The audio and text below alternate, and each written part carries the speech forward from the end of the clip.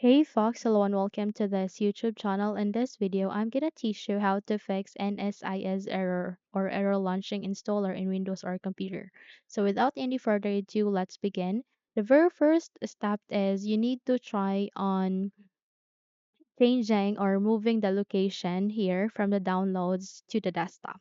Okay, just have to click this copy icon here and once you have click on it, minimize this first, and then here at the desktop, just have to click this paste icon.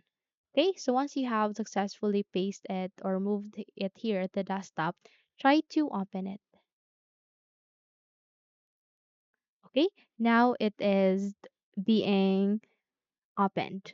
Okay, so if in your case it's still not working, then just proceed to the second step, which is we need to rename this into English letters. How we can do that? You just have to select it again, do a right click, click this rename icon, and here you need to type FLUX, then click on enter.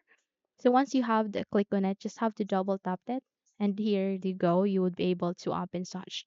Okay, so that's it. If you think this video helps, then don't forget to subscribe, hit the like button as well as the bell icon to be updated for more tutorials like this.